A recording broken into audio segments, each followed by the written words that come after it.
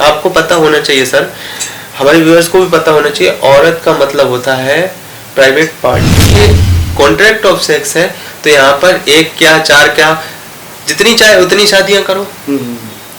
क्योंकि हुजूर सल्लल्लाहु अलैहि वसल्लम ने, मोहम्मद साहब ने खुद 12 शादियां की थी। कुछ ऐसे मदरसे हैं जहाँ पर इस्लाम में लड़की को लाने पर, मतलब हिंदुओं की बच्ची को लाने पर, अल्लाह कहता है कि कोई व्यक्ति अगर किसी ने जिना किया है कई बार तो अल्लाह उसको माफ कर देगा, मतलब बलात्कार किया तो माफ कर देगा। जिना मतलब बलात्कार। हाँ, मुस्लिम अगर किसी और के सामने अपना सजदा कर दे, किसी मूर्ति के सामने या किसी के सामने, तो अल्लाह उसको कभी माफ नहीं करता। उसका सीधा हुक्म है कि इसको खत्म कर दो। माले गनीमत में आपके काफिरों की, मूर्ति पूजकों की लड़कियां आती हैं, जेवर आता है, पैसा आता है, धन दौलत आता है, सब लूट लो। शौहरदार औरतें, कुफ्फार मतलब काफिर। अच्छा। हाँ, काफिर के कब्जे से तुम्हें, शौहरदार मतलब शौहरदार औरतें, ये आपकी भी औरत को छुड़ाने का आदेश दे रहा है अल्लाह। अच्छा अच्छा। हाँ, शौहरदार मतलब शादीशुदा औरतें। हाँ, औरती का भी। हाँ, अच्छा, दोनों का ही कॉन्सेप्ट है। ऐसे मतलब ऐसा आदेश मैं नहीं समझता हूँ एक ईश्वर का आदेश हो सकता है पृथ्वी पर कि वो। नमस्कार दोस्तों, मेरे साथ इस वक्त बात करने के लिए है अनय कुमार। अनय कुमार, इनका नाम सिर्फ 4 साल से है। उससे पहले इनका नाम था अजीमुर रहमान हसन। ये एक्स मुस्लिम है, इन्होंने इस्लाम को छोड़ दिया है। और सबसे बड़ी बात है कि ये बहुत ही हाईली क्वालिफाइड है। एमसीए क्या है, मास्टर इन कंप्यूटर एप्लीकेशन। इनसे जानेंगे, चर्चा करेंगे, कई चीज समझने की कोशिश करेंगे कि आखिर इस्लाम धर्म से विरक्ति क्यों हुई, क्या वजह है। दरअसल देश में एक्स मुस्लिमों की संख्या बहुत ज्यादा बढ़ती जा रही है। करोड़ों में संख्या बताई जाती है, एग्जैक्ट फिगर तो नहीं, लेकिन कोई 2 करोड़, कोई 1.5 करोड़ बता रहा। इतने हाई क्वालिफाइड जो हैं, वो क्यों इस तरह के कदम उठाते हैं, उनसे तमाम चीजों पर बात करेंगे। अब तो आपको अनय कुमारी कहना पड़ेगा। अनय जी, आपका स्वागत है। और अपने बारे में आप मुझे बताइए कि क्या आपकी जर्नी रही, और सबसे पहले बताइए कि कहाँ पैदा हुए आप और किस तरह से शुरुआत है आपके जीवन की। जी, सबसे पहले जय हिंद, वंदे मातरम, जय इंसानियत, जय मानवता। मेरा नाम एक्स मुस्लिम अजीजुल हसन था, अब अनय कुमार हो चुका है। और मैं एक्स मुस्लिम अनय के नाम से मेरा यूट्यूब भी है। मेरी जर्नी शुरू होती है सर कि जब मैं बचपन में था, मेरा जन्म चूंकि मध्य प्रदेश के एक छोटे से कस्बे में हुआ, लेकिन वहां पर कहा जाए तो मैं जैसे ही बड़ा हुआ, फिर इसके बाद मदरसे में दाखिला करवाया।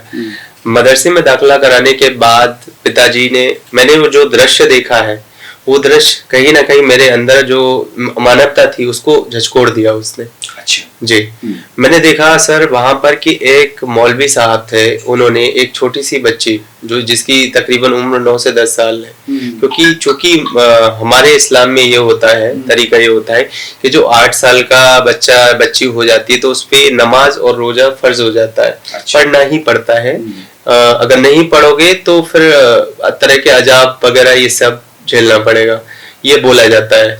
अजाब मतलब ये जहन्नुम की आग में जलोगे। अच्छा, ये सब। हाँ, तो ये एक रूल्स है कि आप अगर 8 से 9 साल का बच्चा है तो हाँ, उसको नमाज, रोजा नमाज फर्ज है, रोजा नमाज करना ही करना है। नहीं तो फिर उसका वो मतलब वही जो कॉन्सेप्ट होता है कि आपको सजा मिलेगी। बिल्कुल बिल्कुल। अच्छा सर, फिर इसके बाद मैंने देखा वो दृश्य, तो तकरीबन मैं भी 8 9 10 साल 11 साल का था जब मदरसे गया, तो उस बच्ची को उस मौलवी साहब ने इतनी बुरी तरह से मारा कि वो जो बच्ची थी उसका यहाँ पे कहा जाए एक यहाँ पर नेक पर लाल पड़ गया और दूसरा यहाँ से ब्लड आने लगा मुंह से, 2 थप्पड़ मारे। क्यों कारण ये था कि इस्लाम में यह माना जाता है कि कुरान को बेअदबी करने से बेअदबी नहीं की जाती कुरान की। अगर कुरान में अगर जरा से अल्फाज इधर उधर हो जाते हैं तो मौलवी जो होते हैं कुरान में वो बड़े मतलब गुस्सा होते हैं और फिर मार पिटाई ये सब तो चलती है मदरसे में, और भी सारी प्रक्रिया रहती है। तो उस बच्ची से क्या हुआ था? उस बच्ची से सर जैसे वो सबक सुनाने आई, अब जैसे 20 बच्चे बैठे थे और उसमें 6-7 बच्चियां थी, बाकी मेल थे, मेल एंड फीमेल। तो बच्ची आई तो उस बच्ची को उनने बुलाया, तो वो अलिफ बे ते से जीम, वो जो पहला पारा होता है वो पढ़ रही थी। वो पढ़ते हुए उसने क्या किया कि पढ़ते हुए देखा कि वो मौलवी ने उसको अलिफ बे ते से नहीं बोल पाई, इस पे से ही उसको कहा कि तू अंधी है क्या, इस तरह के वर्ड। अच्छा अच्छा, इस तरह के वर्ड्स जो है वो बोले गए उससे, बच्ची से। तो ये मुझे बहुत मानवता के खिलाफ लगी ये बात। चूंकि मैं हिंदी स्कूल में जाया करता था, तो मुझे वो माहौल भी सूट नहीं हुआ जो मदरसे का, जो जबरदस्ती का। अच्छा, तो आपने कंपैरिजन किया कि वहाँ पढ़ाई का जो एक परंपरा है या पढ़ाई किस तरह से होती है वो, और मदरसे में जिस तरह का माहौल था उसने आपको सोचने पर मजबूर कर दिया। तो वो जो मैंने देखा कि एक शिक्षा है जो आपको आगे बढ़ने का अवसर प्रदान करती है, और एक शिक्षा है जो आपको मजहब का तालीम देती है। तो ये जो दोनों शिक्षा है, एक आपको आगे बढ़ने का, सशक्त करने का, आपको पूरी तरह उसका महत्व है शिक्षा का। ठीक है, ये शुरुआती जीवन में इस तरह की चीजें होती है कि बच्चों को विद्रोही बनाती है, लेकिन वो 10-12 साल के थे। अब आप कितने साल के हैं? जी, अभी एज मेरी 28 है। 28 है, यानी करीब आप कह सकते हैं कि आज से 12 साल 14 साल पहले की घटना है। लेकिन ये विरक्ति, ये अलगाव इस्लाम से कब शुरू हुआ? और मतलब ठीक है वो बेचैनी आपके अंदर होगी कि, लेकिन इतना बड़ा एक्सट्रीम स्टेप आपने उठाया कि नहीं इस्लाम को छोड़ना है, वो कब शुरू हुआ? हाँ जी, मैं बताता हूँ सर। जैसे साल बढ़ते गए तो मेरे पिताजी ने, जब मैं 9th क्लास में आया तो सरस्वती में मेरा एडमिशन करा दिया स्कूल में। वहां पे मैं पढ़ता रहा, शिक्षा लेता रहा, लेकिन इसके साथ ही मेरे जो घर फैमिली ने मुझे कुरान की तालीम भी दिलवाई मौलवी साहब से। ऐसा नहीं है कि मैंने 30 सिपारे नहीं पढ़े हो, 1 से लेकर 30 सिपारे तक उन्होंने तालीम दिलवाई घर में मौलवी साहब को घर में मौलवी आके सारे बहन भाइयों को पढ़ा के जाते थे। करीबन 1.5 साल हुआ। 1.5 साल में हम लोगों ने कुरान को कंप्लीट कर लिया, कुरान शरीफ को। लेकिन चूंकि मैं 9th से मैंने हिंदी स्कूल जो सरस्वती है उसमें दाखिला करवाया मेरा पापा ने, तो अब ये बात थी कि जब मैं बड़ा होता गया, जैसे मैं 11th या 12th में आया, तो इंसान के जो कहा जाए बेसिक्स जो होते हैं ना, वो और मतलब कहा जाए क्वेश्चन जो है ना इंसान के बढ़ जाते हैं। कैसे? मैच्योरिटी के साथ साथ। तो हुआ क्या है कि जब एक हमारे जो सर थे, मेरी एक आदत हो गई थी, क्योंकि मैं इस्लाम को शक की निगाह से देखने लगा था, इस कारण से कि जब मौलवी साहब ने हमारे जो आचार्य जी हैं, उन्होंने एक क्वेश्चन किया कि आपके यहाँ अक्ल भी हराम है, सुअर भी हराम है, बियर भी हराम है। तो मैंने कहा कि यार जानवर तो वहां भी हैं, यहाँ भी हैं, तो फिर ये सुअर हराम कैसे हो गया? तो फिर इस पे से मैंने इसका रिसर्च करना शुरू किया। अब चूंकि मैंने रिसर्च करना शुरू किया तो उसमें बहुत सारी ऐसी आयतें आई, 4-5 आयतें, तो सीधा अंदेशा ये कर रही थी कि एक सर्वशक्तिमान ईश्वर की तो कल्पना नहीं हो सकती। ये सोचने वाला विषय है कि अल्लाह, ये आपको दो स्टैंड दिखाई दिए। हाँ, 2 स्टैंड दिखाई दिए कि ये एक तरह की, ये तो नहीं हो सकता, क्योंकि चूंकि इस्लाम में अक्ल हराम है। मतलब ये कौन कहता है कि अक्ल हराम? मतलब अक्ल कैसे हराम हो सकती है? ये बोला जाता है कि कुरान में भी जिक्र है कि अगर आप अक्ल लगाते हैं, या फिर बहुत से मुझे भी मना किया गया कि आप कुरान में और हदीसों में अक्ल नहीं लगाइए। किसने बोला आपको? ये हमारे मौलवी भी बोलते थे हमें। अच्छा, बोलते थे? हाँ, अगर मैं उनसे क्वेश्चन करता था, ये जो आयत आप पढ़ा रहे हैं पहले सिपारे की या दूसरे सिपारे की, उसमें ये आयतें लिखी हैं, तो इनका थोड़ा सा मुझे मतलब बताइए हिंदी में। कहा नहीं, ये अकल नहीं लगाते अपने, जो हम पे फर्ज है कुरान, हमें सिर्फ वो पढ़ना है बस, और हमारे रसूलुल्लाह सल्लल्लाहु अलैहि वसल्लम की सुन्नतों पे अमल करना है। इस तरह की बातें बताई जाती थी। मतलब कि आपको सवाल भी नहीं पूछना था, जानकारी नहीं लेनी थी। हाँ, अब देखिए मैं अब यहाँ पर आपको रेफरेंस रख दूं, तो यहाँ पर मेरा और भी ज्यादा इस्लाम छोड़ने का वो मुद्दा हो जाता है। मैं बताऊं, कुरान की बहुत सारी आयतें हैं जो इंसानियत के खिलाफ है। मैं एक एक करके आपको रेफरेंस रख दूंगा सर। सबसे पहले आते हैं इंसान का जन्म इस धरती पर अल्लाह ने कैसे किया, मतलब मनुष्य को कैसे बनाया। तो कुरान कहता है कि अल्लाह ने हर चीज को पानी से बनाया है। ठीक है, ये कह रही है, कुरान का रेफरेंस है सूरह अल अंबिया आयत नंबर 21 की 30, ये आयत है। फिर कह रही है, अल्लाह कह रहा है क्या, और हमने हर जीवित चीज को पानी से बनाया है, जो पानी है वाटर, उससे बनाया है हर चीज को। कुरान की 21 की 30 है ये भी आयत। फिर अल्लाह ने आग से बनाया, जिन्नों को आग से बनाया है। कुरान का रेफरेंस है सूरह रहमान की 55 की 15। अब ये 3 तरह की बात हुई। अब और उसने बोला है अल्लाह ने कि और उसने जिन्नों को आग से, आग की लौ से पैदा किया, कुरान 55 की 15। ये फिर वही आ गया। लेकिन फिर फरिश्तों को नूर को प्रकाश से बनाया है, फरिश्तों को नूर प्रकाश से बनाया है। ये है हदीस। यानी मनुष्य को जो है पानी से बनाया, हाँ, और आग से बनाया। मनुष्य को आग से भी बनाया, पानी से भी बनाया। हाँ हाँ हाँ बिल्कुल। दोनों जिन्नों को आग से बनाया, जिन्नों को आग से बनाया। और फिर फरिश्तों को नूर प्रकाश से बनाया। हदीस का रेफरेंस है सही मुस्लिम हदीस नंबर 2996। और फिर बोला है ये कि और हमने इंसान को बजने वाली सड़ी गंध वाली मिट्टी से पैदा किया। ये किसने कहा? ये कुरान का कह रही है, कुरान का रेफरेंस है। कुरान में तो फिर पानी से था ना। हाँ, तो फिर ये कुरान अच्छा, फिर से ये कह रही है, कुरान मिट्टी से बनाया। हाँ 15 की 26 आयत है ये कुरान की, ये कह रही है। और फिर अगर देखा जाए तो फिर अल्लाह ये कह रहा है कि मैंने इंसान को बीर स्पर्म ड्रॉप से बनाया। बल्कि यहाँ पे अब इसका रेफरेंस दे दूं मैं, सूरह अल इंसान 76 की 2। इसमें कह रहा है अल्लाह के मैंने इंसान के वीर स्पर्म से बनाया। मतलब यहाँ पर ये कह रहे हैं कि अब सोचिए आप, कभी वीर से बनाने की बात कर रहे हैं, कभी सड़ी गली मिट्टी से, कभी पानी से, कभी आग से। तो ये इतनी तरह की बातें कैसे कर सकता है अल्लाह? तो ये वैरायटी, मतलब एक चीज कंफर्म नहीं, अलग अलग। अच्छा।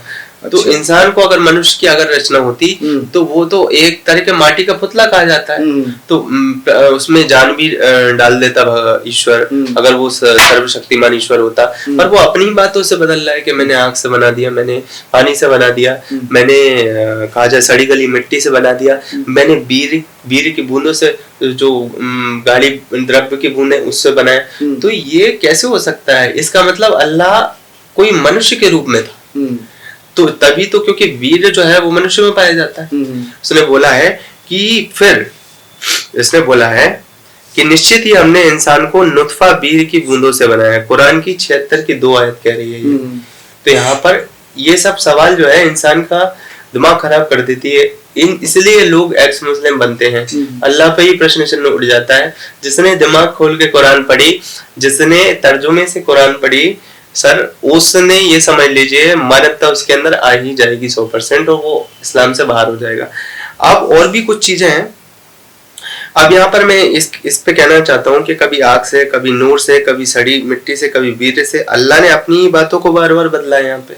अच्छा, तो ये आप कह रहे, ये कुरान में है सारी? कुरान में है ये, जो मैंने रेफरेंसेस रख दिया आपके सामने। हदीस तो हदीस अलग होती है, वो जीवन पे आधारित होती है। अच्छा। कैसे वो करना है। अब यहाँ पे आता हूँ सर कि क्या खाना हराम है इस्लाम में और क्या हलाल है। तो सूरह अल हज की 22 की 26 इस आयत में अल्लाह बताता है कि जानवरों को हलाल करने से पहले अल्लाह का नाम लो। ठीक है, कि कैसे अल्लाह जानवरों को हलाल करना है उसके बारे में अल्लाह बता रहा है इस आयत में। सूरह अल हज 22 की 26। सूरह अनम में 6 की 142 में कह रहा है अल्लाह कि क्या इसमें कह रहा है कि सुअर को हराम बताया है इस आयत। ठीक है, वो सुअर को हराम हो गया। अब तीसरा आ गया कुरान की 5 की 3 आयत। इसमें अल्लाह क्या खाने योग्य है क्या नहीं है। ठीक है, तो इस पर तर्क ये है कि जब अल्लाह ने 4 पैर वाले जानवरों को समान बनाया है तो फिर सुअर को भी काटने का आदेश कुरान में देना था, क्योंकि सब उसके लिए तो सब समान है ना। अब एक और तर्क इस पे सुनिए, कुरान का विरोधाभास, इस्लामी हलाल हराम का अजीब विरोधाभास है ये। कैसे? बियर हराम लेकिन ऊंट का मूत्र हलाल, सॉरी बियर हराम है लेकिन ऊंट का मूत्र हलाल है। क्या ऊंट का मूत्र पी सकते हैं? पी सकते हैं, ये कुरान बोल रही है। नहीं लिखा है ये। हाँ भाई, मुझे तो पहली बार सुनाई दे रहा है, क्योंकि बहुत सारे लोग जैसे हिंदुओं के बारे में बोलते हैं कि भाई आप गौमूत्र पीते हैं, और इस पर बवाल भी उठता है कि भाई वो गौमूत्र तो ठीक नहीं है, इस तरह से कैसे पी सकते हैं। हालांकि हिंदू कहते हैं नहीं वो हमारे लिए पवित्र है। तो क्या कुरान में या इस्लाम में भी है कि ऊंट का मूत्र पी सकते? हाँ, बिल्कुल ये लिखा है कुरान में? हाँ, लिखा क्या हुआ लिखा है। ये आप हदीसों में भी जाएंगे तो वहां भी आपको हदीसें मिल जाएंगी। अच्छा। हाँ, मैं अब तो रेफरेंस से ही आपकी बात रख रहा हूँ सर इसमें। तो इसमें बियर शराब, इस्लाम कहता है कि बियर पीना हराम है। कुरान क्या कहता है इस पे? कुरान की सूरा अल माइदा 5 की 90 आयत है, इसमें ये कह रहा है कि शराब, जुआ, मूर्तियां और पासे ये सब शैतान के काम है, इनसे दूर रहो। यहाँ पे ये अल्लाह ने बोल दिया है इस आयत में। कारण इसका अगर साइंटिफिक कारण देखा जाए सर, तो सोचने की शक्ति कम होती है नशे से। दूसरा, शरीर और आत्मा गंदी होती है। ये तो साइंटिफिक कारण। अब ऊंट का मूत्र आपने बोला ना, तो मैं आपको इसका रेफरेंस दूंगा सर। आपने बोला ना कि कुरान में ये गौमूत्र की बात करते, सॉरी सनातन धर्म पे ये गौमूत्र की बात करते हैं, लेकिन ये अपने इस्लाम पे ऊंट की जो मूत्र है उससे बदलते हैं। तो ऊंट का मूत्र का जो रेफरेंस है, हदीस नंबर है सही बुखारी हदीस 5686, हदीस में साफ साफ दिया है कि कुछ लोग बीमार थे, तो मोहम्मद साहब ने बोला जाओ ऊँटनी का दूध और मूत्र पी लो, सही हो जाओगे, ये बोला था। ये कैसी मतलब मानवता विरोधी बातें हैं सर इस्लाम में। अब आते हैं यहाँ पे, यानी ऊँट का मूत्र पीना हलाल और इलाज है इस्लाम में सीधा।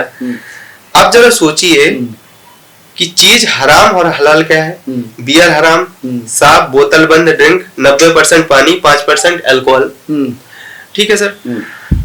बियर जो साफ है, फिल्टर्ड है, मेडिकल में भी आती है और हराम कर दिया इसको कुरान ने। लेकिन ऊंट की पेशाब जो शरीर से निकलने वाली गंदगी है वो हलाल मानी गई है हदीस के मुताबिक। क्या यह तर्क संगत धर्म है या अंध आस्था? और अब क्या भाई ये देखो, ज्यादातर मामलों में धर्म जो है आस्था का विषय होता है, तर्क जो है नहीं लगाए जाते। लेकिन इतना एक्सट्रीम कदम उठाना कि भाई मैंने छोड़ दिया एक्स मुस्लिम, और आप तो एमसी हैं, तो वो कदम क्यों कि बिल्कुल छोड़ दिया? ये कौन कौन से? तो एक तो ये कि आपका विश्वास नहीं जम पाया सर इस ईश्वर पे। तो ये तो कल्पना नहीं जम पाती है, जो कि कुरान की 24 की 24 आयतें, अभी हम जब जंतर मंतर पे भी जब बैठे थे, तो वो 24 आयतें जो काफिरों की, जो मुशरिकों की जो कत्ल करने का आदेश दे रही है, वो ये मानवता तो अल्लाह में नहीं हो सकती कि वो ऐसे ईश्वर बातें लिख दे कि मैं दूसरे इंसान को मारने का आदेश देता हूँ। मतलब मानवता नहीं है उनमें, कहने का ये मतलब है। सूरा अन-निसा की आयत नंबर, आप कितनी आयत ले लीजिए, सूरा अल बकरा आयत नंबर 28 आयत ले लीजिए, जिसमें मुशरिकीन नजस हैं, आपको टट्टी बताया है, जो मूर्ति पूजक है उनको टट्टी बता दिया। अब सूरा तौबा की आयत नंबर 9 की 5 की हाथ लगा के मारो उनको, चाहे उनसे इस्लाम कबूल करवाओ, है ना। तो एक 9 की 29 आयत है, उसमें भी सूरह तौबा की 9 की 29 में भी अल्लाह कह रहा है कि जब हराम के महीने बीत जाओ तो उनका ताकम्मुल कत्ल करो, घात लगा लो जब हराम के महीने बीत जाए। हराम के ये लोग ये मानते हैं, जैसे ये अपना रमजान निकला सर और ईद ये सब मुहर्रम ये सब निकल जाता। अब ये पहलगांव घटना हुआ तो पूरी तरह उसको कुरान को फॉलो किया गया है यहाँ पे पहलगाम में। बिल्कुल सर। कैसे? ये सूरह तौबा की 9 की 5 आयत है, उसमें साफ साफ बोला है कि जब हराम के महीने बीत जाए, तो देखा था रमजान जा चुका था, फिर इन्होंने जो आतंकवादी जो घटना है उसको अंजाम दिया, काफिरों को मारा। चूंकि कुरान में 160 ऐसी आयतें हैं, मैं आपको अभी बताऊंगा, अभी वो 24 आयतें भी पढ़ के भी, उसमें साफ साफ ये आदेश देता है अल्लाह कि इनको मारा जाए, ये पृथ्वी पर जीने लायक नहीं है, क्योंकि ये इस्लाम में, इस्लामिक आइडियोलॉजी में नहीं है, इसलिए इनको जीने का कोई अधिकार नहीं है। कहने का ये मतलब है, जब तक इस्लाम काफिर नहीं अपनाएगा तब तक अल्लाह उसको इस धरती पे जीने का अधिकार प्रदान नहीं करता है। सीधी सी बात है। अच्छा, हाँ, अगर आप काफिर हो गए, आज मुझे भी, अगर मैं आज काफिर हूँ तो मुझे भी मानने का आदेश है, आपको भी मानने का आदेश है कुरान में, क्योंकि हमने दीन से इनकार किया है।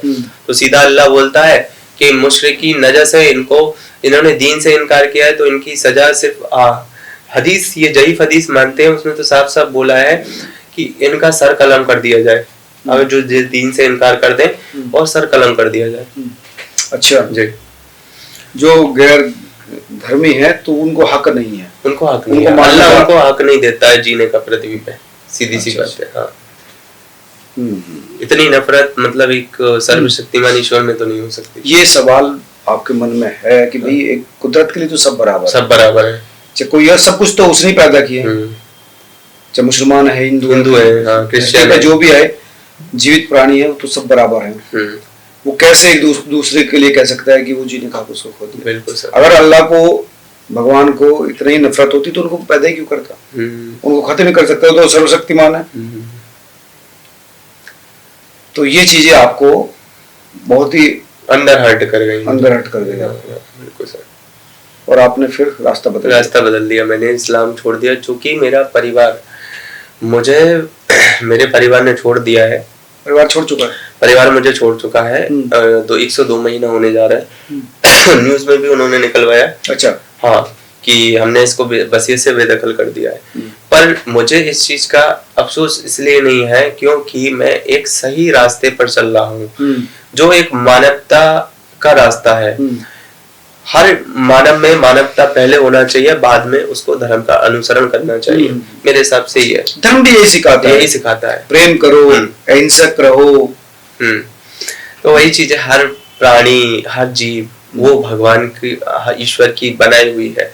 उसमें इस तरह की कहा जाए कत्ल की, घृणा की और एक दूसरे से द्वेष की और गंदे तरीके से उसको बताया तो ठीक है अनस, लेकिन दिक्कत तो ये होगी कि खतरा तो आपको भी बहुत ज्यादा होता होगा, तो आपकी जान को भी खतरा हो सकता है। यही हो सकता है। हमारे सर अभी एक्स मुस्लिम कम्युनिटी जो भारत में है वो तकरीबन 1.5 करोड़ के ऊपर ही है। इतनी बड़ी संख्या है। क्यों है सर? इसका ऑफिशियल डेटा अभी मौजूद नहीं है, लेकिन मैं इतना जरूर कहता हूँ कि अभी इतनी आबादी हो चुकी है भारत में, क्योंकि 25 करोड़ मुसलमान भारत में है, तो उनमें 1.5 करोड़ तो सर हो सकता है, पॉसिबल है।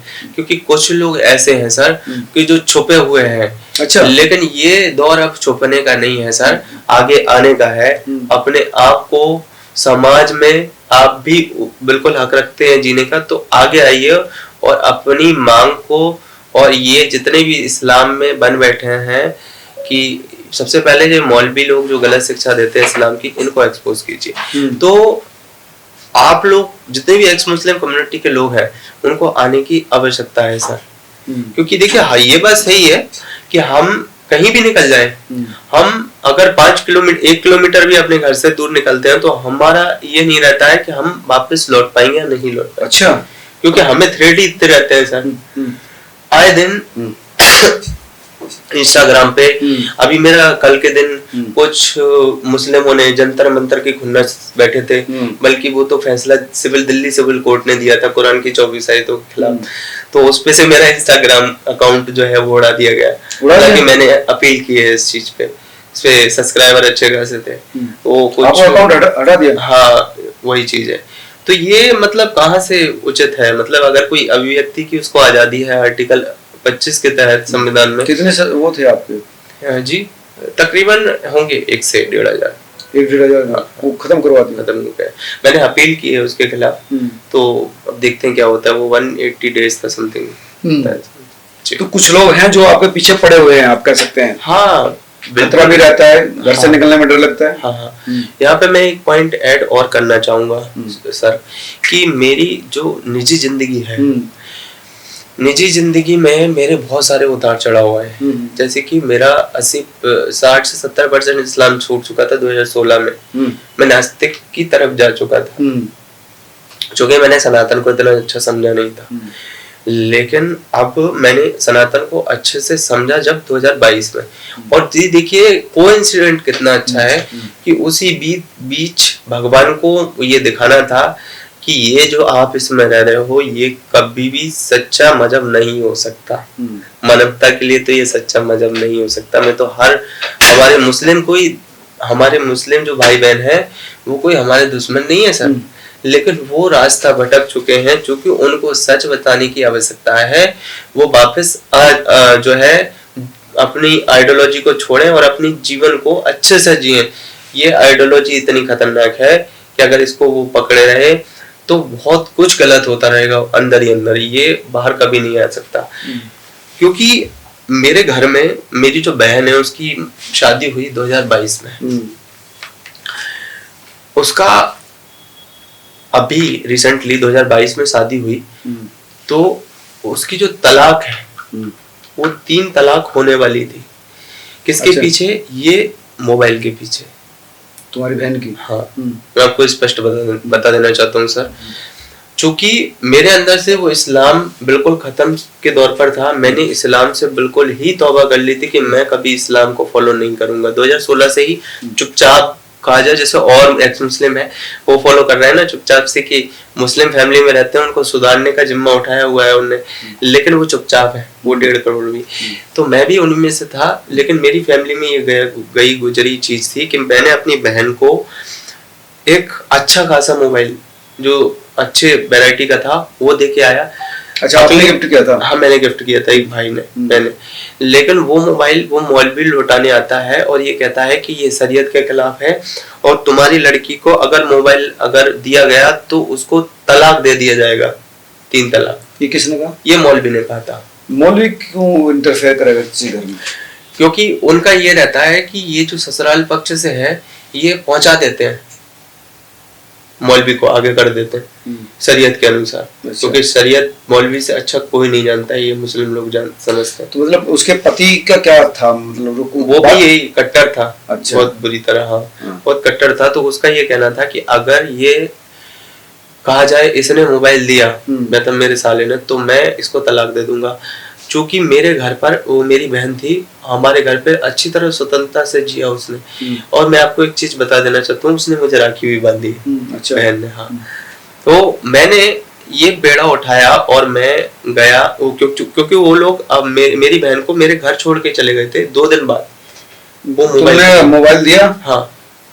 मोबाइल देते ही मौलवी आया। अच्छा, मौलवी आया आपके घर? हाँ, इन्फॉर्मेशन देने।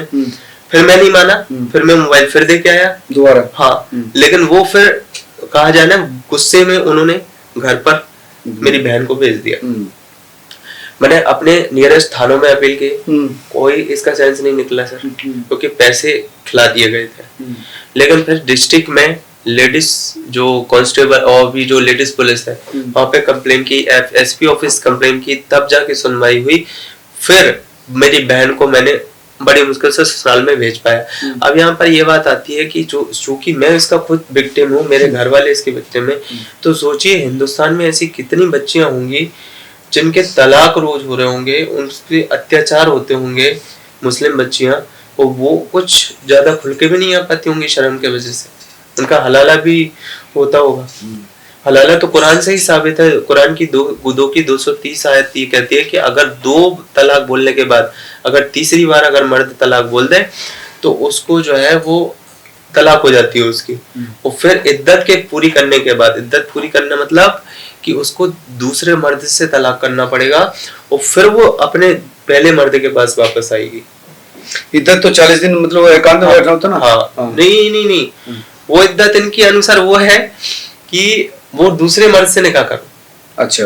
हाँ, वही सोचिए यातना है जो अपने पति को वो सब कुछ मानती है, वही सब चीजें अगर वो उधर जाके वो सब चीजें करेगी तो वो तो एक तरीके की उसका चरित्र ही खराब हो गया उस महिला का। और आपको एक चीज नहीं पता है, इस्लाम में औरत बोला गया है, औरत शब्द इस्लाम से आया है। आपको पता होना चाहिए सर, हमारे व्यूअर्स को भी पता होना चाहिए, औरत का मतलब होता है प्राइवेट पार्ट। औरत का मतलब स्त्री का प्राइवेट पार्ट। औरत का मतलब कैसे, किस चीज में होता है? ये आप गूगल पे भी अगर सर्च कर लेंगे हमारे व्यूअर्स तो उनको मिल जाएगा। पार्ट होता है ये गंदा, मतलब इसका मतलब होता है औरत का। अब आप समझ सकते हैं कितना मतलब इस्लाम कितना गंदा, मतलब गंदगी भरी हुई है। हदीसों में ले लो आप, कुरान में ले लो, सारी चीजों में। तो अब और निकाह का मतलब क्या होता है? Contract of sex, only for sex का कॉन्ट्रैक्ट। अगर मैं कोई मनुष्य हूँ, मैं मुस्लिम हूँ और मेरा मन भर गया, चूंकि मैं ऐसा नहीं हूँ, लेकिन अगर मेरा मन भर गया तो मेरा तो सेक्स का कॉन्ट्रैक्ट है, मैं तो दोबारा निकाह कर लूंगा। लेकिन विवाह पद्धति हो गई, और भी पद्धतियां हो गई, उसमें ऐसा कुछ नहीं है, सिर्फ एक ही स्त्री का कॉन्सेप्ट है। क्योंकि ये कॉन्ट्रैक्ट ऑफ सेक्स है तो यहाँ पर 1 क्या 4 क्या, जितनी चाहे उतनी शादियां करो। क्योंकि हुजूर सल्लल्लाहु अलैहि वसल्लम ने, मोहम्मद साहब ने खुद 12 शादियां की थी अपने दौर में। उसी की सुन्नत को फॉलो करता है मोमिन लोग। अब यहाँ पर सबसे बड़ा आ जाए चीज कि अल्लाह ने बिल्कुल ये बोल दिया है, जुल्म जो कहा जाए ना, एक तलवार रख देता है इंसान की गर्दन पे और बोलता है कि अगर तुमने ये चीजें की तो मैं तुम्हें मार डालूंगा। तो उस तरह का अल्लाह कहता है कि कोई व्यक्ति अगर किसी ने जिना किया है कई बार तो अल्लाह उसको माफ कर देगा, मतलब बलात्कार किया तो माफ कर देगा। जिना मतलब बलात्कार, हाँ, जो भी गंदा काम होता है वो अगर कर लिया तो वो माफ कर देगा जिना। लेकिन अल्लाह अगर कोई मुस्लिम अगर किसी और के सामने अपना सजदा कर दे, किसी मूर्ति के सामने या किसी के सामने, तो अल्लाह उसको कभी माफ नहीं करता। उसका सीधा हुक्म है कि इसको खत्म कर दो। अच्छा, ये सबसे बड़ा गुनाह है। हाँ, शिर्क सबसे बड़ा गुनाह है, इसको शिर्क कहते हैं। शिर्क मतलब दूसरे के धर्म को सम्मान देना नहीं, और सम्मान देना नहीं हुआ ना सर, ये सर झुकाना नहीं। अगर कोई मुसलमान किसी और धर्म के देवी देवता के सामने सजदा कर लेता है, सर झुका लेता है, प्रार्थना कर लेता है, तो उसको अल्लाह कभी माफ नहीं करता है उस मुसलमान को। कुरान में ये लिखा है, शिर्क माना जाता है इसको सर। अगर व्यक्ति ने शिर्क कर दिया तो वो कभी, और वही ना कि दूसरे के धर्म में आस्था या सम्मान नहीं दिखा सकते आप। बिल्कुल नहीं दिखा सकते। अगर मैं कहता हूँ सर, सनातन जो धर्म है उसमें व्यक्ति तो नास्तिक हो सकता है, इस्लाम में नास्तिक होने की कोई जगह नहीं है। नास्तिक हुए मतलब आप दीन से खारिज हुए, आपका वाजुअल कत्ल है। हाँ, इधर तो नास्तिक बहुत सारे लोग हैं जो सवाल उठाते हैं। हाँ। बहुत सारी चीजें हैं, संतोष जाहिर करते हैं। नास्तिक भी हैं, भगवान से असहमति भी दिखाते हैं कि नहीं ये क्या है, वो सारी चीजें हैं।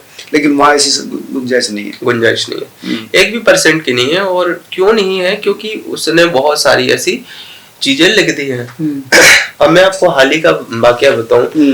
हमारी बहन सोफिया कुरैशी बहन, लोग इसको टारगेट कर रहे थे बहन को कि उन्होंने मतलब एक महिला होते हुए इतनी ज्यादा दिखाई हिम्मत कि पाकिस्तान जैसे देश को उन्होंने धूल चटा दी। तो अब मैंने ये क्वेश्चन बहुत से मौलवियों से ये रखा है, अभी भी रखा था और 2 दिन पहले भी रखा था ये जंतर मंतर पे, लेकिन जवाब नहीं दे पाए। कुरान की एक आयत है सर, अल्लाह बोल रहा है कुरान में 4:93 कि एक मोमिन किसी मोमिन को जानबूझ के अगर मार देगा तो वो जहन्नुम उसका ठिकाना है। तो पाकिस्तान में भी मुसलमान, हिंदुस्तान में भी मुसलमान, जिन्होंने ऑपरेशन सिंदूर को बहन ने अंजाम दिया वो भी मुसलमान, और जो मरे उसमें टेररिस्ट वो भी मुसलमान। तो अब मेरी बहन कुरान की नजर से कहाँ जाएंगी? मतलब जहन्नुम। नहीं, वो तो देश के लिए किया ना, देश तो राष्ट्रभक्ति सर है ही नहीं ना। इस्लाम में राष्ट्रभक्ति का कोई कॉन्सेप्ट ही नहीं है। इस्लाम ये कहता है कि कोई भी व्यक्ति अगर इस्लाम के लिए शहीद होता है, इस्लाम के लिए शहीद होता है, तो वही जो शहीद माना जाता है। अगर देश के लिए कोई शहीद होगा तो उसको शहीद का दर्जा नहीं दिया जाएगा। अच्छा, हाँ, उसको कोई जन्नत नहीं मिलेगी। अच्छा, हाँ, इस्लाम के लिए मतलब राष्ट्रीयता के लिए आप मर गए तो आपको कुछ बख्शिश वगैरह ये सब कुछ नहीं। और इसी पाठ को जो है तमाम जो कट्टरपंथी लोग हैं, आतंकवादियों को पढ़ाते हैं। हाँ,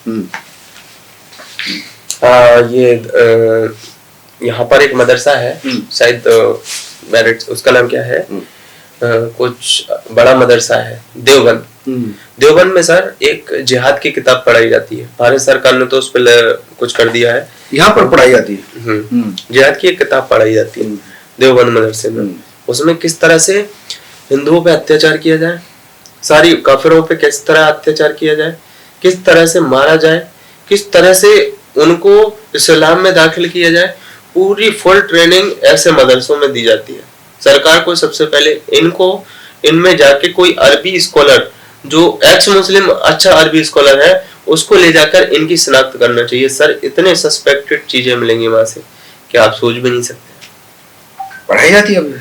हाँ, किताबें पढ़ाई उनकी अलग। ये कैसे क्लेम कर सकते हो कि अभी इस देश में भी ऐसा पढ़ाया जाता है? क्योंकि सर वो एक ही फिरका है ना देवबंद, उसमें एक ही फिरका आप देख सकते हैं। तो मैंने तो यहाँ तक भी देखा है सर कि कुछ ऐसे मदरसे हैं जहाँ पर इस्लाम में लड़की को लाने पर, मतलब हिंदुओं की बच्ची को लाने पर, एक आयत है सूरह अन-निसा 4:24, उसमें बोल रहे हैं, अल्लाह बोल रहा है कि और शौहरदार औरतें, जो शौहरदार औरतें कुफ्फार के कब्जे से तुम्हारे पास आ जाए वो तुम पर हलाल है। ये सूरह अन-निसा की आयत नंबर 4 की 24 में बता रहा है अल्लाह। तो अब ये लव जिहाद क्यों ना करेंगे? अल्लाह ही तो इनकी इजाजत दे रहा है लव जिहाद करने की। शौहरदार औरतें, कुफ्फार, कुफ्फार मतलब काफिर। अच्छा। हाँ, काफिर के कब्जे से तुम्हें शौहरदार मतलब? शौहरदार औरतें, ये आपकी भी औरत को छुड़ाने का आदेश दे रहा है अल्लाह। अच्छा अच्छा। मतलब शौहरदार मतलब शादीशुदा औरतें? हाँ, औरती का भी, हाँ। अच्छा, अच्छा, दोनों का ही कॉन्सेप्ट है। ऐसे मतलब ऐसा आदेश मैं नहीं समझता हूँ एक ईश्वर का आदेश हो सकता है पृथ्वी पर कि वो ऐसे ऐसे खतर बहुत घृणित और बहुत ही खराब आदेश ऐसा दे रहा है, वो तो मैं नहीं समझता। अच्छा हुआ मैंने समय रहते इस्लाम को फॉलो करना बंद कर दिया, नहीं तो मेरी जो जनरेशन है, आने वाली जनरेशन, उसको इस्लाम में हलाला का भी सामना करना पड़ता, कुरीतियों का, और भी जो कहा जाए उन्हें मानवता कुछ नहीं रहती ना, वो एक जनरेशन जो कहा जाए वो पूरी मेरी बर्बाद हो चुकी है। लेकिन यार ऐसा तो हर धर्म में, सनातन धर्म में भी बहुत सारी ऐसी चीजें जो आदमी को सेटिस्फाई नहीं कर पाती। सवाल उठता है कि यार नहीं ये कैसे, तो वो भी तो है। मतलब हर धर्म पूरी तरह सेटिस्फाई नहीं करता। हाँ, मैं एक चीज मान सकता हूँ, एक चीज मान सकता हूँ, लेकिन मैं एक चीज ये कहता हूँ कि आप सनातन धर्म जल की भी पूजा करता है, पूछता है ना, अग्नि की को भी पूछता है। तो ये अगर ये कहते हैं जो मुसलमान, तो हर चीज को पूजने के, वो हर चीज सम्मान के साथ, तो अगर इनके अल्लाह को इतनी प्रॉब्लम है हर चीज से, पानी से, आग से, तो ये उस चीज को यूज करना बंद करते हैं। क्योंकि अल्लाह खुद आदेश दे रहा है ना कि हमें काफिरों से नफरत है, उनको मारना है, काटना है, हर चीज घात लगा के मारना है। और भी बहुत सारी आयतें, अभी मेरे पास बहुत सारे रेफरेंस, ये सब कुरान में लिखा है। हाँ, पूरा लिखा हुआ है सर। आपको रहने के लिए यहाँ पे पृथ्वी पे आपको जगह नहीं दी है। अच्छा। मैं नहीं समझता हूँ कोई अल्लाह होगा ऐसा, कुछ किसी और ने ये लिखी है। और इस तरह की जो फायदे वाली चीजें हैं वो लिख गया वो जो वो उस दौर में उसने लिखी। क्यों लिखी? क्योंकि यहाँ पे पूरी तरह पूरे भारत में इस्लाम, पूरी विश्व में, सॉरी भारत में, पूरे विश्व में इस्लाम का झंडा जो है बुलंद हो सके और कोई भी मानवतावादी जो विचारधारा है वो जीवित ना रहे। एक हदीस भी है इस पर, मैं इसलिए बोल रहा हूँ, अगर आप किसी मुसलमान से पूछेंगे कि तुम्हारे लिए देश प्यारा है कि तुम्हारा दीन प्यारा है, वो कहेगा मेरे लिए दोनों प्यारे हैं। लेकिन अगर मैं कहूं कि अगर कोई हमारे जो बाहर का जो देश का है, कोई बाहर का देश का है, जैसे पाकिस्तान मान लो, वो अगर हमला कर देता है तुम पे, तो तुम इस पे क्या बोलोगे? तुम इसको लानत भेजोगे, गाली दोगे, क्या करोगे? तुम लड़ने की भी सोचोगे ना ऐसे आदमी से? हाँ, वो ऐसा जवाब होगा उसका।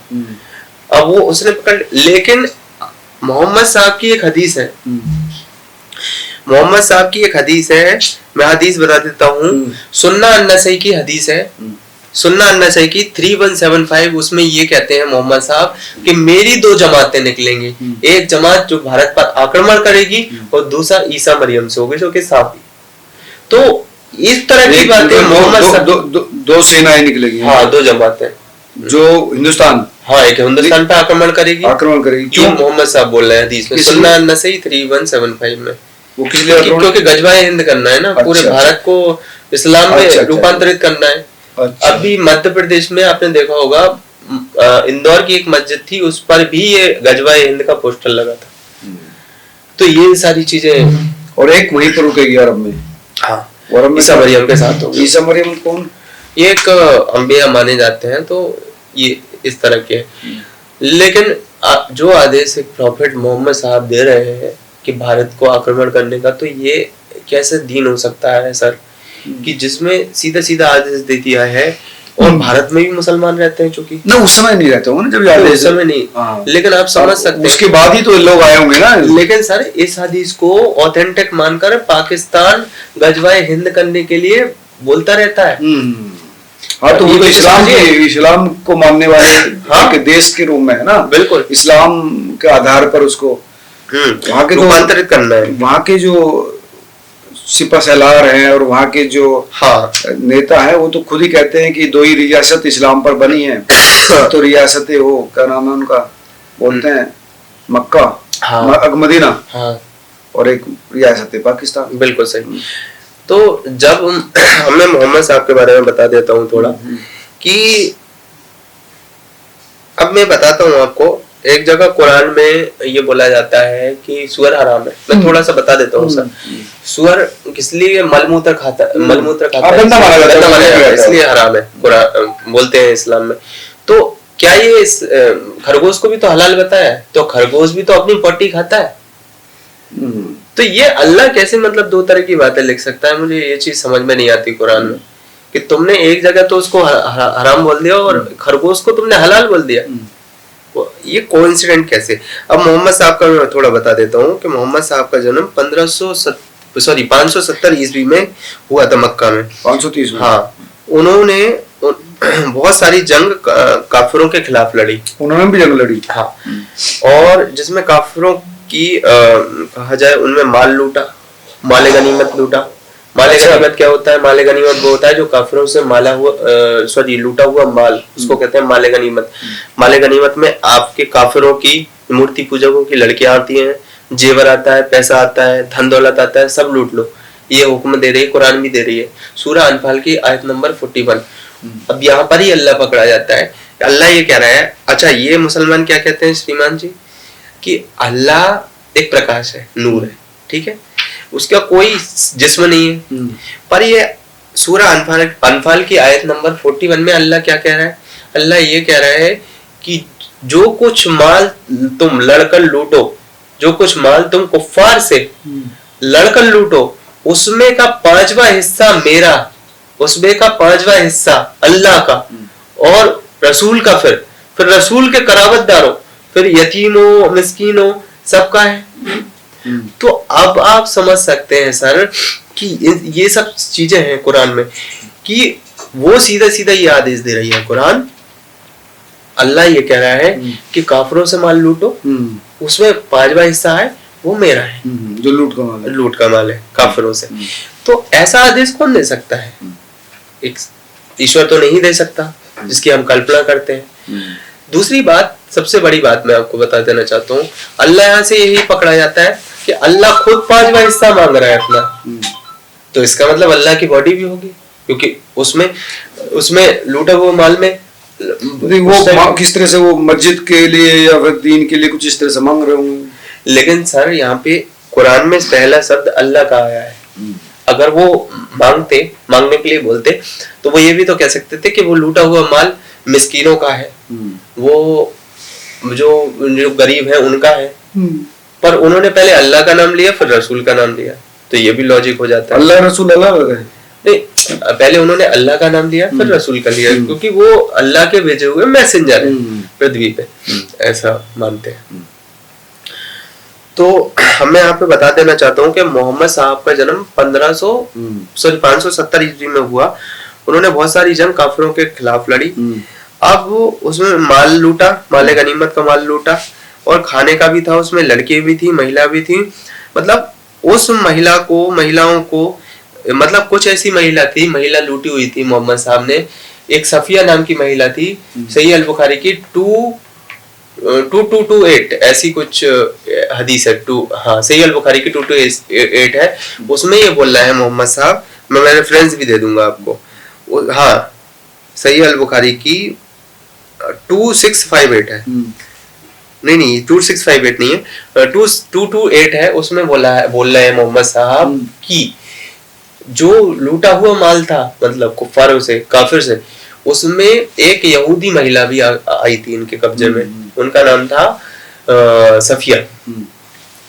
तो अब ये आप समझिए कि उस सफिया को पहले मोहम्मद साहब का जो साथी था दिया अल कल्बी, उसको भोगने के लिए दिया गया उस सफिया को। फिर इसके बाद भोगने के लिए मोहम्मद साहब को दिया गया, जबकि मोहम्मद साहब ने तो बिना निकाह के मतलब इसको हराम बताया ये सब करना। नहीं, ये अपने मौलवी मुल्ला कहते हैं कि बिना निकाह की ये सब करना वो हराम है। तो मोहम्मद साहब तो खुद रूल्स तोड़ रहे हैं। तो ये कौन कहेगा कि ये उन्होंने भोगा या इस तरह से? ये हदीस है ना, हदीस में लिखा है। हदीस में लिखा है, सही बुखारी की। नहीं तो मोहम्मद साहब तो सबसे बड़े थे ना उस समय, तो फिर वो साथी उनका कैसे, आप उस साथी कैसे उसको मतलब पहले नहीं, पहले दिया था क्योंकि वो दूध था, पहले उसने देखा कि ये सही है नहीं, वो चेक करते थे ऐसा कुछ, फिर उसके बाद फिर मोहम्मद साहब को दी गई वो। तो इस तरह की थी। अब मैं आता हूँ यहाँ पर, उनके साथ उन्होंने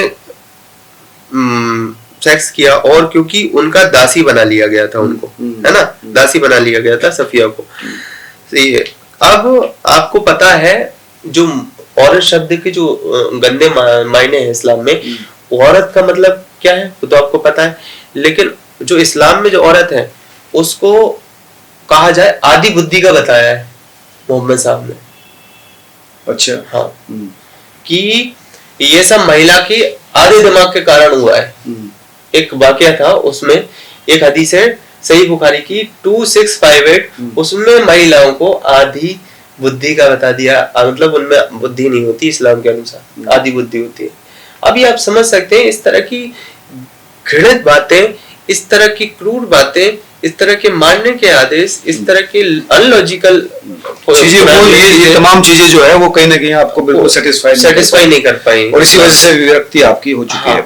अब मैं मोहम्मद साहब पे भी मैंने खुद का जो कि मैं बताता हूँ आपको, क्या यहाँ पर एक कहा जाए कि 6 साल की आयशा अम्मी बोल रहा हूँ क्योंकि मैं भी एक मुसलमान रह चुका हूँ, बड़े प्यार से बोल रहा हूँ, इसमें कुछ नहीं उठना चाहिए, मैं रेफरेंस दे दूंगा आपको सभी जो सुन रहे हैं व्यूअर्स। क्या 6 साल की आयशा अम्मी से 9 साल में सहवास करना सही है गलत है? ये हमारे मोमिन भाइयों से पूछता हूँ। सही बुखारी की हदीस है 5134, ये रेफरेंस रहा उसका। क्या 1 साल से ऊपर की बच्ची को देखकर ये कहना कि जब ये बच्ची बड़ी हो जाएगी तो मैं इससे निकाह करूंगा, ये भी एक हदीस है, तो वो हदीस मैं दे दूंगा।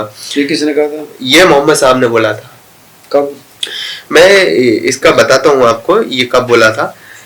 ये आपका एक सेकंड मुझे दीजिए, बता रहा हूँ। ये लाइफ ऑफ मोहम्मद है, और ये जो है इब्ने ईसाक 311 में दी गई है ये चीज, कि मोहम्मद साहब ने एक साल की बच्ची को देखकर, 1.5 साल की बच्ची को देखकर ये कहा कि जब ये बड़ी हो जाएगी तो मैं इससे शादी करूंगा। अब आप समझिए कि सेक्स के प्रति कितनी गंदी मानसिकता थी इस्लाम में शुरू से। चूंकि अब कि क्या ये सही है कि मोहम्मद साहब ने अपने गोद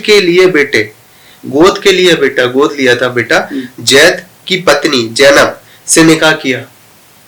ऐसा कैसे कर सकता है? यह है कुरान सूरा अल अहजाब की 33 की 37 आयत, उसमें साफ साफ ये स्पष्ट है। अब क्या बिना मेहर के सिर्फ अल्लाह की आयत से शादी करना है सही है या गलत है? मतलब हमारे में ये सिस्टम है कि जब तक आप मेहर नहीं देंगे, मेहर मतलब होता है कि कुछ पैसे देना पड़ते हैं निकाह में, अगर वो पैसे नहीं देंगे तो आपका निकाह नहीं माना जाएगा। तो कहने का वही मतलब है। तो ये मोहम्मद साहब ने देखिए, क्या बिना मेहर के सिर्फ अल्लाह की आयत से शादी करना है, बल्कि मौलवी या मुल्ला ये कहते हैं कि बिना मेहर के लड़की को हाथ भी नहीं लगा सकते। तो यहाँ तो नियम खुद मोहम्मद साहब तोड़ रहे हैं, जो कि उन्होंने सफिया को हाथ लगा लिया था, और भी बल्कि मौलवी मुल्ला तो ये कहते हैं कि बिना मेहर के हाथ ही नहीं लगा सकते तो ये तर्क संगत प्रश्न है। तो ये चीजें हैं। तो अपनी जिंदगी अब ठीक है, विमुक्त हो गए आप, लेकिन अब क्या है, अब आगे क्या कर रहे हो आप? अभी तो मैं लोगों को जागरूक कर रहा हूँ और इस्लाम की एक सच्चाई लोगों को बता रहा हूँ कि ये एक कोई मजहब नहीं है, ये एक झूठा मजहब है जो झूठी बुनियाद पर टिका हुआ है।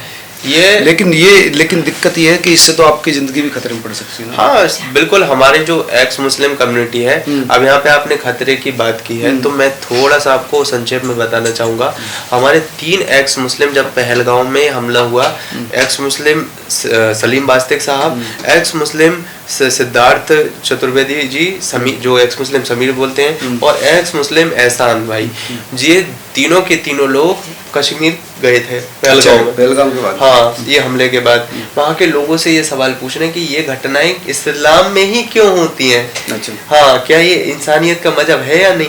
इससे जो है ना, उन्होंने लाल चौक पे एक वीडियो बनाई, उसको गलत तरीके से कश्मीर के लोगों ने टेलीकास्ट किया।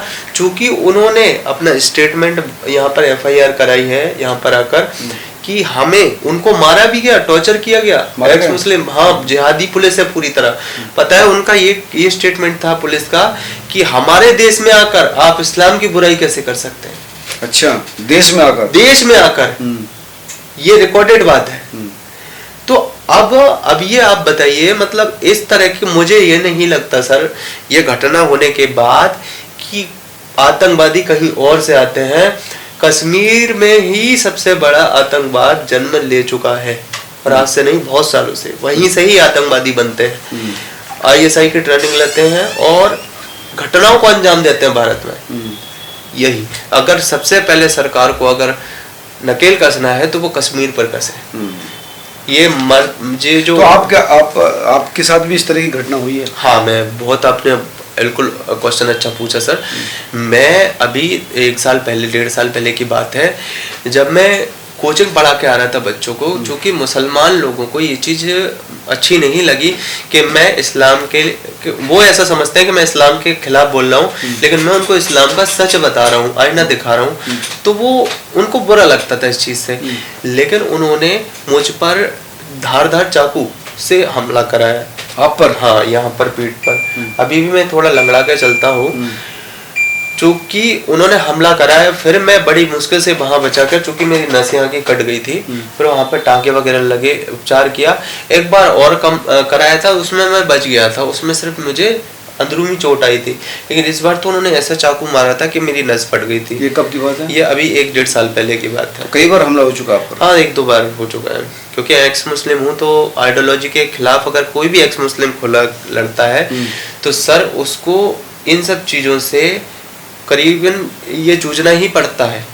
मौलवियों से तो आपकी पूरी इस्लाम आपकी दुश्मन बन जाती है। वहीं अगर कोई सनातन पे अगर कोई प्रश्न उठाता है तो उसका कोई दुश्मन नहीं बनता है, वो आराम से जा सकता है, फ्रीडम घूम सकता है, फ्रीडम ऑफ स्पीच है उसके लिए। लेकिन इस्लाम में ऐसा नहीं है सर। सवाल नहीं पूछ सकते, सवाल उठाने, अक्ल हराम है, अक्ल। अब इस पे परिवार भी छोड़ चुका है आपको? हाँ बिल्कुल, मेरा कोई ना तो अब कहा जाए कि, लेकिन मेरा तो ये पूरे भारतवासी पूरा परिवार है। मैं अपनी परिवार, अपनी माँ नर्मदा को मैं माँ अपनी मानता हूँ। चूँकि मैं मध्य प्रदेश का हूँ तो हमारी नर्मदा माँ है, उसको मानता हूँ, उसमें मैं जाता हूँ, स्नान भी करता हूँ। तो ऐसा। शादी हो गई? नहीं, अभी प्लान है शादी करने का, लेकिन अभी हुई नहीं है। लेकिन शादी क्या मुस्लिम में करोगी या कैसे? नहीं, देखिए, अगर कोई मुस्लिम लड़की अगर इस आइडियोलॉजी को छोड़कर शादी करेगी तो मैं उसका स्वागत करूंगा। लेकिन अगर यदि नहीं करेगी तो मैं बिल्कुल मुस्लिम बच्ची से या फिर मुस्लिम स्त्री से शादी नहीं कर सकता। मुश्किल हो जाएगा निभाना? हाँ, निभाना ही मुश्किल हो जाएगा ना सर, कि एक तरफ मैं जहाँ पे इंसानियत की लड़ाई लड़ रहा हूँ, सही इस्लाम पहुँचा रहा हूँ, एक तरफ वो जो खुद मेरे दुश्मन बन जाएंगे, मुझे मारने को। अच्छा, आपकी जान को खतरा भी हो सकता है? हो जाएगा, क्योंकि मुस्लिम में सीधा बोला गया है कि कत्ल कर दो जी, चपती हो क्यों ना। हाँ, क्योंकि देखिए, अब मैं आपको बता देता हूँ, अभी रिसेंट की घटना है कि मेरा एक इंस्टाग्राम पर मेरा एक मित्र है, वो एक्स मुस्लिम है सर, उसको और एक बच्ची को इसलिए मारा गया घर में 2 दिन तक कि उन्होंने इस्लाम छोड़ दिया। किसको? एक्स मुस्लिम? एक्स मुस्लिम्स को। राजस्थान में परिवार वाले। हाँ, मैं बड़ी जिम्मेदारी से बात कह रहा हूँ। ये एक का हाथ टूट गया और एक का सर फूट गया, 2 लोगों को मारा। हाँ, उनका बस चलता तो वो मार भी डाल सकते थे। इतनी कट्टरता इस्लाम में है। बहन ठीक है आपकी, जो शादीशुदा है अभी, बहन ठीक है? वो इसलिए ठीक है क्योंकि सर मैं आज भी उसको बहन मानता हूँ। वो उनको पता है कि ये मर जाएगा, लेकिन अपनी बहन को ये कुछ नहीं होने देगा। वो मेरा ये, हर बहन मेरी है, जो भी ये जुल्म से आती है, हर बहन को मैं ये कहता हूँ खुल के आना चाहिए और इस कुरीतियों को उजागर करना चाहिए। क्योंकि इस्लाम में महिलाओं का भी कोई वो नहीं है हक उसको। और मैं आपको बताऊं, हदीस में सर, इस्लाम में औरत जो स्त्री है, महिला तो नहीं कहूंगा उसको मैं, स्त्री है, उसको आधी अकल का बताया है, आधी जायदाद का बताया है, आधी शहादा का बताया, मतलब आधी गवाही दे सकती है वो इस्लाम में। अच्छा, आधी जायदाद ले सकती है, आधी अकल है उसकी। तो इस्लाम खतरनाक मजहब जिसमें आप खुद नहीं निभा पाओगे खुद को, आप दुनिया से उसको कंपेयर नहीं कर सकते, जो एक 1400 साल से आप पे थोपा जा रहा है। ठीक है, वो व्यक्तिगत है, चॉइस आपकी किसी है कि जी, भी आपकी व्यक्तिगत है, उन जी, लोगों को जो बिल्कुल। फॉलोवर्स हैं उनकी अपनी है। परिवार संबंध, माता पिता से कोई संबंध नहीं? नहीं नहीं नहीं, बिल्कुल नहीं है सर, भाई कोई से संबंध नहीं है। कोई- नहीं नहीं नहीं, छोड़ मेरा भाई चुके? हालांकि कट्टर है, वो कहता है कि जहाँ भी मिल जाएगा इसको छोड़ूंगा नहीं। अच्छा, हाँ, भाई दुश्मन बन चुका भाई है? भी हाँ। बिल्कुल। इस्लाम में तो सर अपना ही दुश्मन बन जाते हैं, भाई तो फिर बनना ही था। अच्छा, बिल्कुल। तो वो भी पढ़े लिखे होंगे? हाँ बिल्कुल, बी मैकेनिकल है, अच्छा, इंजीनियर है इंजीनियर है। और वो कट्टर है? हाँ, मैं कुछ लेकिन CS से इंजीनियर हूँ, लेकिन फिर भी कहते हैं ना कि कट्टरता। बहनें भी पढ़ी लिखी हैं? हाँ, बहनें भी पढ़ी लिखी हैं। पिताजी? वो रिटायर्ड हो चुके हैं सर। अच्छा, सरकारी जॉब में? हाँ, सरकारी जॉब में थे। तो वो भी प्रेम वेम में जो एक पुत्र के साथ होता है वो सब? नहीं सर, देखिए बात यहाँ पे यह है कि वो एक्सेप्ट नहीं कर रहे हैं। बहुत समय तक, मेरी 4 साल तक घर वालों से चीज़ें हुई, घर वालों ने बोला है कि अब तू जहाँ भी मेरे देखेगा ना, तुझे छोड़ेंगे नहीं हम, सीधे धमकी दे दी है। तो बात पिताजी ने भी? हाँ, वो माँ ने तो ये तक बोला था एक बार कि तुम्हें ऐसी जगह घसीटूंगी तुम्हें समझ में आ जाएगा, लेकिन माँ एक ऐसा नहीं कर सकती। जितना भी जो भी हो, जो बच्चा जैसा भी हो, लेकिन वो नहीं करेंगी, मुझे पता है। वो कुछ भी हूँ मैं, लेकिन एक बच्चा ही हूँ। लेकिन भरोसा नहीं कर सकता सर मैं। माँ पर भी? क्यों नहीं कर सकता? परिवार पे भरोसा इसलिए नहीं कर सकता क्योंकि ये मौलवी लोग हैं ना, उससे मेरी दुश्मनी है। जो मेरी लोकल सिटी है, दुश्मनी मेरी नहीं है, उनकी मुझसे दुश्मनी है। क्यों दुश्मनी है? कि वो ये कहते हैं कि इसने मेरी जो सच्चाई है लोगों के बीच लाकर खड़े कर दी कि मैंने अपनी बहन को जिस तरीके से बचाया 3 तलाक से, तो उसमें उसकी सच्चाई उजागर हो गई और वो मेरे परिवार को बहकाता है और उसी ने ही मेरे परिवार को छुड़वाया है। ये अपने ही दुश्मन बन जाते हैं, इस्लाम छूट जाता है, मानवता आ जाती है इंसान में, वो कहीं भी जा सकता है, लेकिन उसका अगर वो परिवार के साथ आना चाहता है ऐसा, तो ये सबसे अच्छा होता है। लेकिन अगर वो अकेला आता है तो उसका परिवार भी छूटता है, उसका समाज भी छूटता है, उसका सब छूट जाता है और उसको चैलेंजेस बहुत आ जाते हैं। एक तो सिक्योरिटी का खतरा, फाइनेंशियली खतरा, सारी चीजों से बनना पड़ता है सर। जो वो कर रहे थे कि जो? हाँ, मैं बच्चों को पढ़ा रहा था, लेकिन अपने लायक ही जितना हो पाता है मैं खुद का गुजारा कर लेता हूँ, इतना है। माँ भी कह रही कि नहीं तुम्हें मतलब छोड़ूंगी नहीं, माँ बोलती है? हाँ, ऐसा बोलती है क्योंकि इस्लाम ही इजाजत देता है ना कि अगर कोई मुर्तद हो जाए या फिर काफिर हो जाए तो उसको छोड़ा ना जाए। इस्लाम चाहे बेटा ही क्यों ना हो, बेटा ही क्यों ना हो, बच्ची ही क्यों ना हो, बहू क्यों ना हो, कोई भी रिलेशन हो। अब ताउम्र इधर कैसे, अब क्या मतलब किस फॉलो करते हो या नास्तिक हो कि किसी? नहीं, मैं सनातन धर्म फॉलो करता हूँ। मैं आपके मन से कहना चाहता हूँ, मैं सनातन धर्म को फॉलो करता हूँ और 4 साल से फॉलो कर रहा हूँ। लेकिन कई चीजें तो सनातन धर्म में भी ऐसी हैं जो लगता है रियलिस्टिक नहीं लगती क्या है? मुझे सनातन धर्म सिर्फ इसलिए अच्छा लगा सर, मैं एक चीज बताता हूँ कि इसमें एक ही विवाह का कॉन्सेप्ट है। इसमें ना तो ऐसा कुछ है कि बच्चियों को सिर्फ कहा जाए, वो एक मानवता की बात हो जाती है ये कि बच्चियों को उनके पैर भी पखार कर उनको पूजा जाता है, देवी समान। और बहुत सारी ऐसी मानवता की बातें हैं सनातन धर्म में कि जो कुछ नहीं हो सकती। सोचिए कि प्रकृति की भी पूछते हैं हर चीज।